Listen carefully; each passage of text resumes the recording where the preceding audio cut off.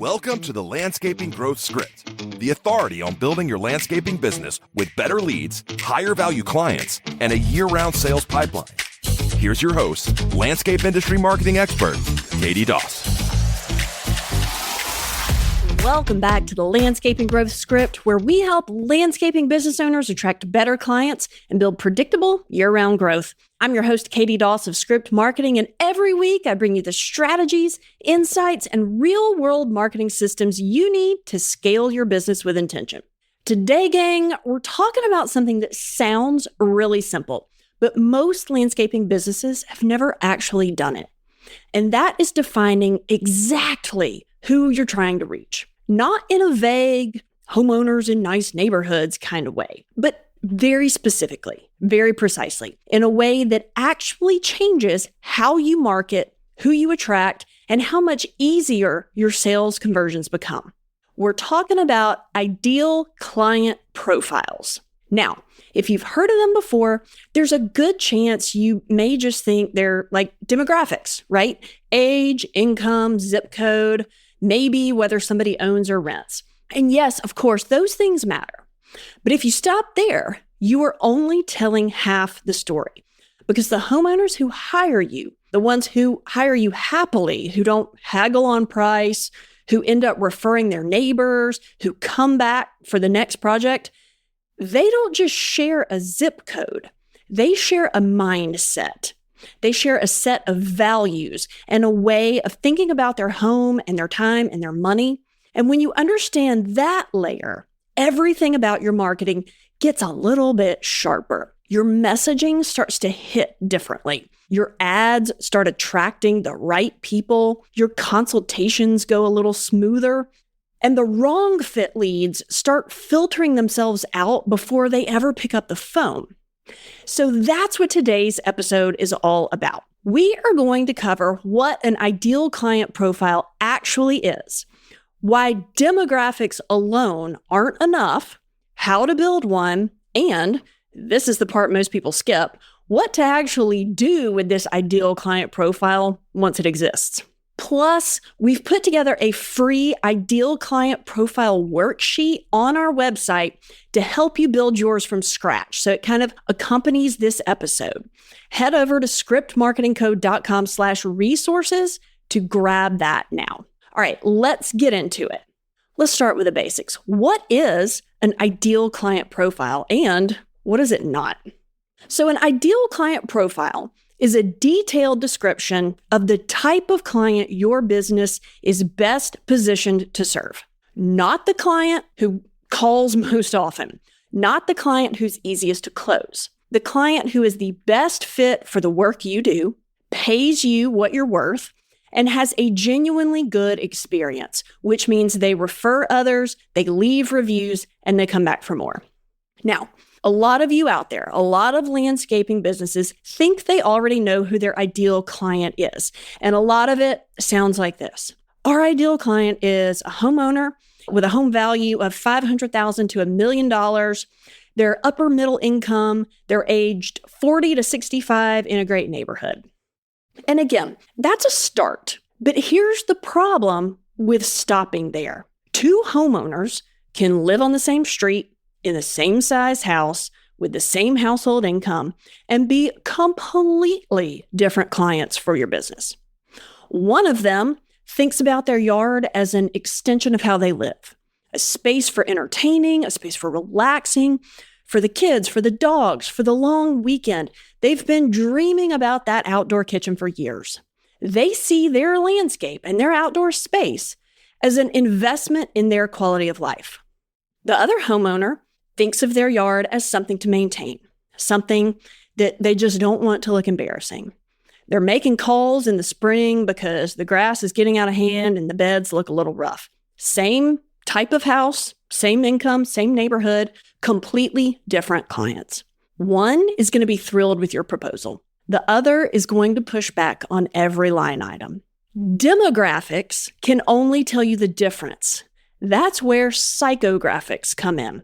I always think this is such a weird term because it sounds like something out of a horror movie, but psychographics are the internal characteristics that drive how people make decisions. So they include things like values. What does this person actually prioritize?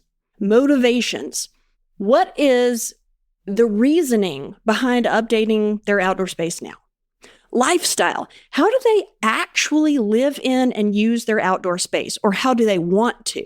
Attitudes. How do they feel about their home and what it says about them? Pain points. What has frustrated them in the past? What are they afraid of? When you layer psychographics on top of demographics, your ideal client profile stops being this kind of vague sketch, and it becomes a real recognizable person. And that changes everything about your marketing. So let's talk about why this matters more than a lot of you realize. So let me paint a picture of what happens when you don't have a clear ideal client profile. You cast a wide net. You market to just homeowners in your area. Your ads are broad. Your messaging is generic. Your website talks about quality and service and experience, which sounds fine, but it also sounds like every other landscaping company in your service area, right? So you kind of attract everyone, which sounds good until you realize that everyone includes a lot of people who aren't a fit. The ones who just call to get a number and compare it to the guy, just the chuck in the truck. The ones who want a project done in 2 weeks and have a super low budget and they're going to have 10 changes after the contract signed. The ones who see a lower quote from somebody and they just disappear without trying to figure out what makes your quote better and your offering better. Here's what a well-defined ideal client profile does. It aligns your marketing with the clients who are actually worth pursuing. And that means they're worth your time. And time is that one asset that we all can't make any more of, right? When your messaging speaks directly to the right person, to their specific situation, their specific values, their specific fears and motivations, those people feel seen. They think, this company gets it. This is exactly what I've been looking for. And those wrong fit leads often self-select out because when your marketing is specific, it doesn't speak to everyone. And that is not a loss. That is efficiency, both with your time and with your ad budget. You stop wasting time on consultations that go nowhere. You stop writing proposals that get opened once and never looked at again. You start having conversations with people who are already aligned with what you offer. That's what this clarity does. Okay, so let's get practical. How do you actually build an ideal client profile? Because it can sound great on paper, like, okay, psychographics, great. How in the heck do I know that? There are 2 steps that I'm going to walk you through, and they're actually a lot simpler than you might think. And remember, we do have a guide on our website that walks you through all of this at scriptmarketingcode.com/resources. So, step 1, look backwards. The fastest way to understand your ideal client is to look at your best existing or previous clients. Not the most recent ones, the best ones. Think about the clients who approved your proposal without a lot of negotiation. Right? The ones who were really easy to communicate with and work with. The ones who actually trusted your recommendations without questioning everything you told them. The ones that were thrilled with the result, right? The ones who referred somebody else or came back for like a second round of the project or a phase 2. Now ask yourself, what do those people have in common? Start with the demographic layer, right? Where do they live? What kind of homes do they have? What stage of life are they in? Do they have young kids? Are they empty nesters? That kind of thing. Once you have that, you may have a couple versions of that, and that's totally fine. Then you're going to go deeper. Then you're going to get into the psychographic layer. And here is where you're going to ask yourself questions about how this process went with them from start to finish. Why did they hire you when they did? Think about those people. Were they soon to be empty nesters and they were ready to take back their outdoor space? Did they have young kids and they wanted to spend more time outside? They wanted a pool? Were they young professionals who were tired of spending their weekends mowing the grass? What do they have in common about why they hired you when they did? Was there some kind of trigger, a life event, a milestone? Then think about this. What did they say they wanted versus what they actually wanted? And a lot of times, those can be different. When they initially contacted you, they might have said, we want a new patio. But what they really meant was, we want a space so that we can actually use our backyard and entertain. Those kinds of things that you uncover can help you a lot. If most of the people who were your best clients, if they really wanted a space to entertain, that is an important psychographic piece of information that you can use in your marketing. Now think about this. What were they afraid of going into the project? Did they not want to be surprised by a price update? Were they really worried the timeline would have a delay? Were they worried about the disruption? Think about that. Think about what mattered to them as far as something going wrong. And then what made them choose you specifically? And hopefully you're asking this. If you're not, you do need to ask your clients, what made you choose us? If you can sit down and answer those questions for, let's say 5, better for 10 of your best clients, patterns will really start to emerge. And those patterns are the foundation of your ideal client profile. Okay, that's step 1. Step 2, we're going to define the profile. Now you're going to put it all together into a really clear description. And here's the framework that you can use. So, of course, we're going to start with the demographic layer.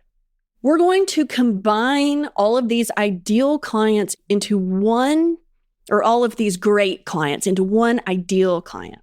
What is this person's general household income and home value? You know, if your best clients are in homes valued $350K to $500 versus $5 million. That's a big difference. Where do they live? What kind of neighborhood? Not just the zip code. Are they in a neighborhood with an HOA or are they on acreage? What does that look like? What stage of life are they in? Do they have a growing family? Are they empty nesters? Are they new homeowners? Are they recent remodelers? Now, you're going to build out the psychographic layer. How do they think about their home? Is it a sanctuary? Is it a status symbol? Is it a space for entertaining? Is it a long-term investment? Put that information together. Now, how does your general ideal client make purchasing decisions? Are they doing tons and tons and tons of research? Are they relying on referrals and social proof? Are they single decision makers, or is it a couple that's deciding jointly? What motivates them to act? What's the trigger that moves them from just thinking about it to actually calling you and sitting down with you? What are their biggest fears or frustrations about a landscaping project? Are they worried about a bad experience? Are they worried about budget? Are they worried about disruption? Do they have distrust in contractors in general? And what do they value most in the process? Think through those clients. Did they really value quality communication with you? The design of the space, the speed with which you did it, the craftsmanship? Did they want a low maintenance space? What was it? When you can answer all of these questions, congratulations, you have a real ideal client profile. And here's the thing, you're probably going to have more than one. Most landscaping businesses serve a couple of distinct client types. Maybe you have a residential design build client and then a maintenance client who are actually very different people, but they're both great clients. That's fine. Build a profile for each. But be really specific about each one. Resist the urge to blur them together because you're not going to blur your marketing together for each of them. The more distinct the profile, the more useful it becomes. Okay, let's talk about what to actually do with this ideal client profile now that you've created it. This is where most businesses stop. They build it, and then they have no idea what to actually do with it. But building your ideal client profile is just the beginning. The real value is what you do with it. And most landscaping businesses leave almost all of that value on the table. So let's talk about how to actually use this. First, you're going to use it to rewrite your messaging. Go back to your website, your Google business profile, your social media bios, your proposals, anywhere your company shows up in words. Now ask, is this copy speaking to the person that I just described? If your website says, quality landscaping services for homeowners in ABC City, that's not wrong, but it's really not speaking to anybody specifically. So if your ideal client profile is a homeowner who entertains frequently, values design, and is kind of afraid of a project that feels chaotic and never ending, your website copy should reflect that. You can say something like, we design and build outdoor spaces that feel like an extension of how you actually live, with a process that keeps you informed and on budget from first call to final walkthrough. Same company, same service, completely different way you're representing yourself because you're talking to the person in your ideal client profile. Your messaging should make that ideal client feel like you're talking directly to them.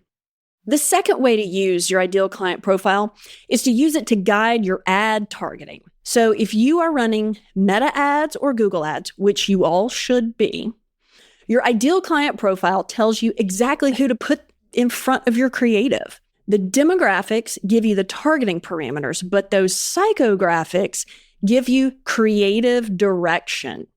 If your ideal client is motivated by aesthetics and entertaining, your ad should show beautiful, aspirational outdoor spaces. If your ideal client is motivated by ease and low maintenance, your ad should focus on the experience of having an outdoor space that just works. You are not showing the same ad to everyone, at least you shouldn't be. You want to show the right message to the right person. Even if you have 5 different ideal client profiles, usually that's a lot, but you have got to have 5 different ad sets because your ads need to speak to each individual ideal client. Next, you're going to use your ideal client profile to filter leads before the consultation. So this is where all of this works in your intake process. The questions that you ask on your contact form, the language in your inquiry response, even the way your pricing is positioned on your website, all of it can be calibrated to attract aligned clients and filter out the ones that are misaligned. So if your ideal client profile includes homeowners with a minimum project budget of $50,000, you just know that below that price point, it's not a good fit for your business. Your website should not hide that. It should reference the type of work you do and the clients you typically serve in a way that makes it clear. Do you have to say project minimum of $50,000? No, but you can absolutely have text on your website that alludes to that. The wrong lead opting out before they submit that form saves everybody time. The next way to use your ideal client profile is to use it in your content strategy. This one is big. Your ideal client profile tells you exactly what to talk about. If your ideal client is nervous about budget surprises, write content about how you handle change orders. Record a podcast episode about what drives up landscaping costs and how to avoid it. If your ideal client is in research mode for months before they're ready to hire, create a blog post that serves that research phase. Guides, comparisons, planning timelines, that kind of thing. If your ideal client values craftsmanship and wants to understand the difference in the quality of materials, show that process in your content. Behind the scenes content, material sourcing, installation detail, all that kind of stuff. Your ideal client profile tells you what matters to the person you're trying to reach. And your content, your blog, your social media, your emails, all of that should reflect that consistently and over time. And finally, you're going to use your ideal client profile to train your team. This ideal client profile isn't just a marketing document, it's an alignment tool. So when your sales team, your project managers, and even your crew understand who that ideal client is, they understand what that client expects. what communication needs to look like, what job well done means to this client, what might feel like a problem to the client. The more your entire team from top to bottom understands who you're serving and what that person values, the more consistent the experience becomes. And consistent experience is what turns a good project into a review, a referral, and a repeat client. Okay, so let's pull this all together. An ideal client profile is a detailed picture of the client your business is best built to serve, and it goes much deeper than demographics. Demographics tell you who they are on paper. Psychographics tell you why they buy, what they value, and how they make decisions. You build an ideal client profile by looking backward at your best clients, identifying the patterns, and then building a clear written profile that captures both layers. And then, and this is the part that matters, you actually use it. You let it reshape your messaging, guide your ad targeting, calibrate your intake process, fuel your content, and align your team. Because an ideal client profile isn't just a box to check. It's a lens or a filter that you run everything through. So when you're writing a social post, ask yourself, would this speak to my ideal client? When you're evaluating a lead, ask, does this person fit our profile? When you're designing a service package, ask, is this built for the person I'm actually trying to serve? That kind of clarity is rare in this industry. But when you have it, you stop chasing volume and start building alignment. You attract more of the right clients, you filter out more of the wrong ones, and your marketing starts working harder because it's actually aimed at somebody. Don't forget to download our free Ideal Client Profile worksheet at scriptmarketingcode.com/resources. It walks you through every section we covered today so you can start building yours in one focused sitting.